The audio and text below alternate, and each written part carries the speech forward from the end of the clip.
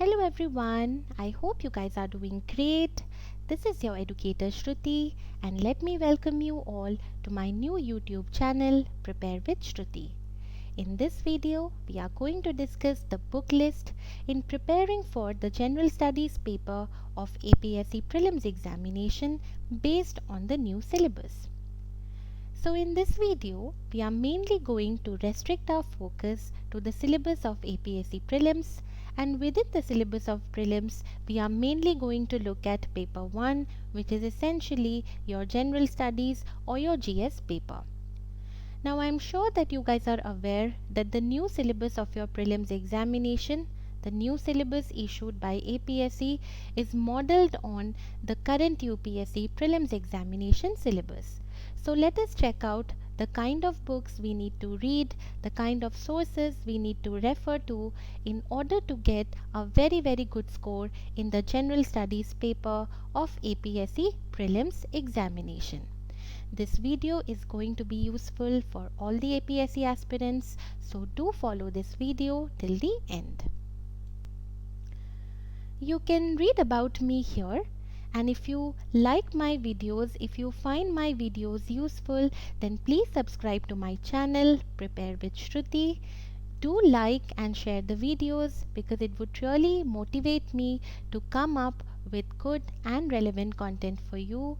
And you can also connect with us on Facebook, WhatsApp and Telegram by clicking on this link mentioned in the slide. Now having said all of this, let us get started with our class. So as I just said in the beginning of this lesson that we are mainly going to focus on paper 1, which is your general studies paper, and we are going to look at the kind of books we should read in order to maximize our score in the GS paper of APSC prelims. Now before that, I am presuming that most of you have checked out the new syllabus and are quite familiar with it. See, knowing the syllabus from A to Z is extremely crucial for success in any competitive examination. Okay, be it your APSC exam, your UPSC exam, or for that matter any other government exam. Why? Because when you are familiar with the syllabus, your preparation is very focused, very specific and to the point, and you do not deviate from the main issues or from the main topics. Therefore, if you have not yet checked out the syllabus of APSC prelims, then don't wait for it any longer. Do download it today, have a look at it for 2-3 days at a stretch and familiarize yourself with it, and then accordingly start preparing for your APSC exam. And this is relevant not only in the context of your prelims examination but also in the context of your mains examination. Now, those of you who have looked at the syllabus would be knowing that the first topic which is mentioned under the paper 1 of your syllabus is your current events of national and international importance. So this is nothing but your day-to-day current affairs. Now as aspirants, I am sure that you guys know that of late current affairs have become extremely important in getting a good score in the general studies paper. Now this is mainly because of two reasons. Firstly, if you look at the previous year question papers, you will realize that the number of questions which are being asked from current affairs, they are increasing every year. And secondly, these current affairs play a very important role in determining the kind of questions which are being asked or which are being picked up from your static portions of history, polity, geography, and even from your areas such as economics, environment and ecology, science and tech, international relations, and so on. So whenever you are preparing for these type of competitive examinations, and in this context the APSC prelims exam, you cannot just focus on the static portion and ignore your current affairs. This strategy won't do. You will have to have a very holistic preparation wherein you integrate your current affairs with your static portion. And trust me, if you are able to follow such a holistic strategy in the exam, then no one can stop you from clearing any competitive examination. So how do we go about preparing the current affairs? The first thing which you should do is you should start reading the newspaper daily. So if you are an aspirant, you should devote 45 minutes to 1 hour every day for reading the newspaper.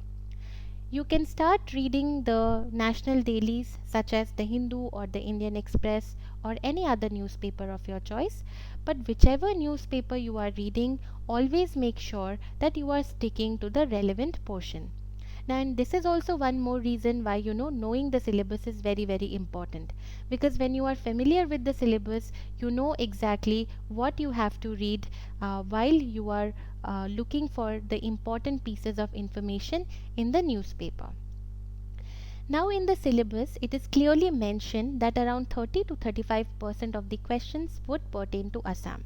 So therefore, in the context of APSC prelims as well as mains, you should read one newspaper related to Assam as well, such as the Assam Tribune or Sentinel or any other newspaper of your choice, so that you are constantly updated with the latest developments of Assam. This would make your current affairs preparation very very thorough. So you read a national daily and also take out some time for reading a newspaper related to Assam. Now once you have inculcated this habit of reading the newspaper daily, the next thing which you should do is you should start writing down the important points. So whenever you come across any government scheme, whenever you come across any international organization, any important personality, any important national park, wildlife sanctuary, always make it a point to write it down in your newspaper notebook. This exercise will make your notes very very handy and comprehensive, and it will be very easier for you to revise before your exams. So this is the first and foremost thing which you guys as aspirants should do for preparing the current affairs. However, there are some aspirants who find reading the newspaper quite challenging in terms of concentration. They often lose concentration while reading the newspaper and end up not reading the newspaper altogether. So what to do if you belong to this category? See, personally, I feel that there is no shortcut to newspaper reading. But the next best thing which you can do is you should at least start following the daily current affairs compilations put together by different reputed websites such as Byju's, Unacademy, Insights, Vision IAS, GS Score, or any other website of your choice. Now, when you are following this daily current affairs, you do not have to follow the current affairs from 2 or 3 websites simultaneously. No need to do that. Just pick one website of your choice and start following their daily current affairs and start writing them down in your notebook. Okay, so these are the two things which you guys should do as aspirants for preparing the current affairs. Then another important point, and this is important for everybody, that at the end of every month you should go through the monthly current affairs compilations of any reputed website and just glance through them in order to see if you have missed any important point while reading your newspaper or while reading your daily current affairs compilation. And if you happen to miss any of these important points, immediately write it down. And if you follow this exercise, you will realize that your notes have become very very detailed, very very comprehensive, and you will be able to remember and revise a lot of information very very easily from your exam point of view. So this is more or less the strategy that I will suggest for your current affairs part. Now let us look at the next topic. Your next topic is History of India and Indian National Movement. Now from your exam point of view, this topic called Indian National Movement is extremely important component of your GS paper. Every year a lot of questions are asked from this topic. So whenever you are preparing for APSC prelims as well as APSC mains, you have to attach a lot of time and importance to this particular topic. Okay, so do read the important areas from Indian National Movement properly, make proper notes and revise it again and again. We will talk about Indian National Movement in detail when we talk about the book list for modern India. But before that, let us look at the history of India in general. As you guys know that history of India can be segmented into 3 parts: ancient Indian history, medieval Indian history and modern Indian history. Now from your exam point of view, modern India is extremely important. But since these type of exams are very unpredictable in nature, therefore you have to do some sort of basic reading in context of ancient and medieval India as well. So for that, I would suggest you some basic readings. You just go through them and revise them again and again, and if you do that, you would be able to solve most of the questions asked from ancient and medieval India correctly in the exam. So first look at ancient India.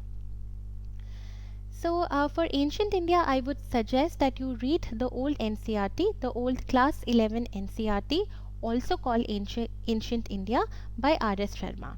Now, this is a very detailed book and it covers all the important areas such as Indus Valley Civilization, Jainism, Buddhism, Maurya rulers, Ashoka, then your Guptas, Harshvardhana, and all of that in a very, very detailed manner. So this old NCRT is a good book if you want to cover ancient India from your APSC prelims point of view. However, a lot of students have complained that this book is not easily available in the market. It is not easily available online. So what to do if you can't find this book easily? So then there is this alternative, and that is the class 11 textbook of Tamil Nadu State Board. Again, this book is also a very nice basic textbook and it covers the important areas which I just mentioned in the context of ancient India in a very, very detailed and comprehensive manner. From your APSC point of view, you do not have to read both these textbooks together. Just follow one of these two textbooks, read it properly, make proper notes, and revise it thoroughly again and again. I'm repeating it again. No need to read both these two books together. Just read any one out of these two books. Okay. Now let's look at medieval India. So for medieval India also, I'm going to suggest a similar strategy what I suggested in case of ancient India. To cover the basic topics of medieval India, you start with this old NCRT, also known as Medieval India by Satish Chandra. Again, this is a very nice book and covers the important areas such as invasion of Mahmud Ghazni, then your Delhi Sultanate, Mughals, Bhakti movement and all in a detailed manner. So if you are doing medieval India from this old NCRT, that is more than enough for your APSC prelims exam. And as is the case with old NCRT of ancient India, this medieval India NCRT is not or is also not easily accessible at all times. So if that happens, if you can't come across this book, if you can't get hold of this book, then as I suggested in case of ancient India, you can follow this class 11 textbook of Tamil Nadu State Board. Okay. So again I would repeat myself that you do not have to read both these books together for APSC prelims. Just choose any one out of these two books, read it properly, make proper notes and revise it thoroughly again and again. Okay. Then let us look at modern India. Now modern India is extremely important from your exam point of view. So as I just said in the beginning of our second topic that from modern India, topics such as Indian national movement, socio-religious movements, peasant rebellions, governor generals, then acts starting from Regulating Act of 1773 till the Indian Independence Act of 1947, and specially topics such as Simon Commission, Nehru Report, Morley Minto reforms of 1909, Surat split, partition of Bengal, Swadeshi movement, Lucknow session, all of these are extremely important. So whenever you are preparing history of India in general, always devote more time to modern India and prepare these topics properly. Now these topics can be prepared nicely from Spectrum. Okay, so this is the book by Spectrum. You can read it. This is a very nice, detailed and comprehensive book, and if you follow this book properly, if you revise it thoroughly, you would be able to solve almost all the questions asked in the exam correctly. There is this another book by Bipan Chandra called India's Struggle for Independence. So those of you who are from history background, you can read this book as well. And this book is specially important for selected chapters such as working class movement, okay, left movement, capitalist movement, and all of that, chapters on communalism and all of that. So what you can do is you can keep Spectrum as your basic textbook, and you can cover selected chapters from this book by Bipan Chandra. Now if you do not have access to Bipan Chandra, let me know in the comment section below. I will share the important chapters from this book with you through my notes. Okay, so this is more or less the strategy for modern India. Okay, now let's look at the next topic, which is your Indian and world geography. So for geography, I always rely on NCRTs. So if you are not from geography background, you can start with your class 6 to 10 NCRTs to cover your basics. And when you are done with your basics, you can start with your class 11 NCRTs. So there are basically two NCRTs in class 11. One relates to fundamentals of physical geography and one relates to Indian physical geography. And these two NCRTs are extremely important from your exam point of view. And they contain all the relevant information, almost all the relevant information which you need to know as aspirants in order to attempt questions from geography section in your general studies paper. So class 6 to 10 NCRTs for basics, and for the detailed information you have to refer to class 11 NCRTs. Two NCRTs are there in class 11 and both are very important. One relates to the world and other relates to India. Okay, so these two NCRTs are a must. Then for selected chapters like climate, then trade winds, latitude, longitude, international dateline, solstices, equinoxes, there is another nice book by Go Cheng Leong called Certificate Physical and Human Geography. So if you come across this book, you can cover these chapters from this particular book. However, if you do not have access to this book, again you let me know in the comment section below. I'll try to come up with the notes from selected chapters for you in a separate video. Then for geography, atlas is also very important. So if you are watching the video today, at least from today, start the habit of looking at the atlas daily. So whenever, why? Because a lot of map based questions are asked in geography in your GS paper. So always look for important rivers, and I'm talking this in the context of both India and the world. Okay, important rivers, uh, the rivers which pass through different countries, then mountain peaks, important seas, countries surrounded by the important seas, okay, landlocked countries, all these are very important from your exam point of view. So do start the habit of looking at the atlas daily. It would make your it would make the probability of your map based questions being correct very high. Okay, so if you are following the atlas, you would be able to answer almost all the map based questions correctly in the exam. So this is more or less the strategy which I would suggest for Indian and world geography. Then the next topic is economic and social development. Now in your syllabus there are a few other subtopics as well, such as your this thing, sustainable development, inclusion, demographics, social sector initiatives, and all of that. So no need to worry, it is just your Indian economy.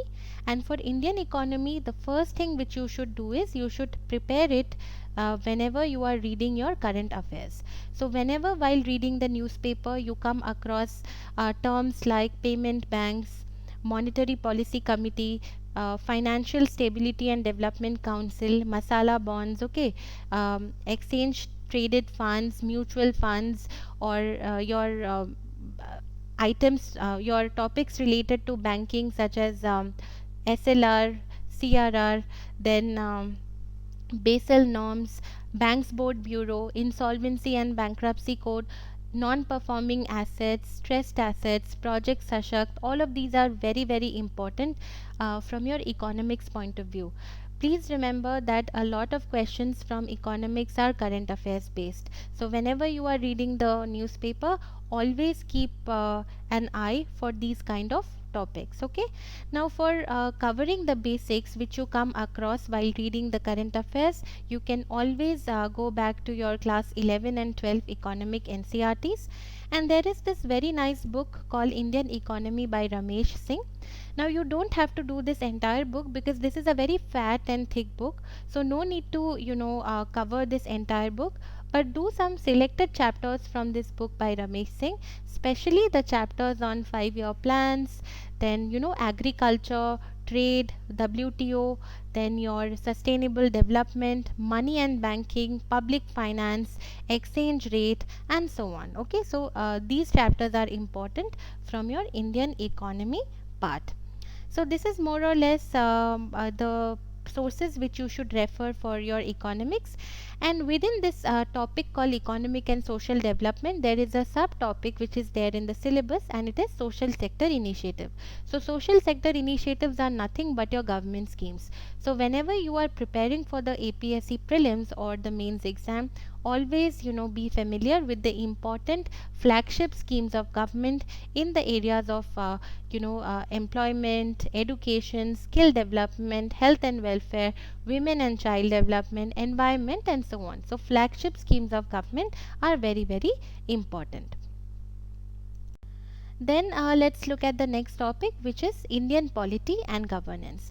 Now Indian polity and governance again is a very, very important topic from your GS point of view. Every year a lot of questions are being asked from this Indian polity and governance section. So here there is only one book which I am going to suggest, and that is your Indian Polity by M. Lakshmikant. Now this book is extremely nice and very detailed and very comprehensive, and if you prepare this book properly, then you will be able to answer almost all the polity questions correctly in the exam. If you are reading this book, then I would suggest that you don't have to read the NCRTs, because this book is that comprehensive. And those of you who are preparing for UPSC exam also, apart from APSC, would know that this Indian Polity by M. Lakshmikant is like the Bible for Indian polity and governance. It has very nice chapters on constitution, fundamental rights, directive principles, fundamental duties, then your union executive, state executive, your parliament, okay, Supreme Court, High Court, your elections, everything, Panchayati Raj, everything is covered in a very nice and detailed manner. So this is the book which you should follow for Indian polity and governance. Then let's look at this topic called environment and ecology. So this is your new edition, and here also certain subtopics are mentioned in the syllabus, such as climate change, biodiversity, and all of that. Now again, like economics, environment and ecology is very current affairs based. So while you are reading the newspaper, whenever you come across important conventions such as the Ramsar Convention, Bonn Convention, or you come across important bodies like IUCN, Wildlife Fund for Nature, or you come across important species such as golden langur, Gangetic dolphin, Indian pangolin, and all of that, you come across important national parks, wildlife sanctuaries, always make it a point to write it down. Okay, so current affairs is an extremely important way of preparing this section on environment and ecology. For basics, you can read class 7 NCRT called Our Environment. Okay, so this is a nice book, and once you cover the basics from your class 7 NCRT, you can read some selected chapters from your class 12 chemistry and bio NCRT. Now these selected chapters, for example in chemistry class 12 NCRT, there are selected chapters on pollution, acid rain. Okay, so you can read those two chapters. Then in your class 12 bio NCRT, there are 3-4 chapters related to your biodiversity, ecosystem, natural disasters, climate change, and so on. So you can read those 3-4 chapters. No need to read the entire NCRTs. Then other than the basics, for topics such as environmental conventions, statutory environment bodies, important organization, important species, you can refer to this book called Environment by Shankar IAS. So this is more or less the book list for your environment and ecology. Then let's look at another important topic of your syllabus, which is general science. General science again is a very current affairs based topic.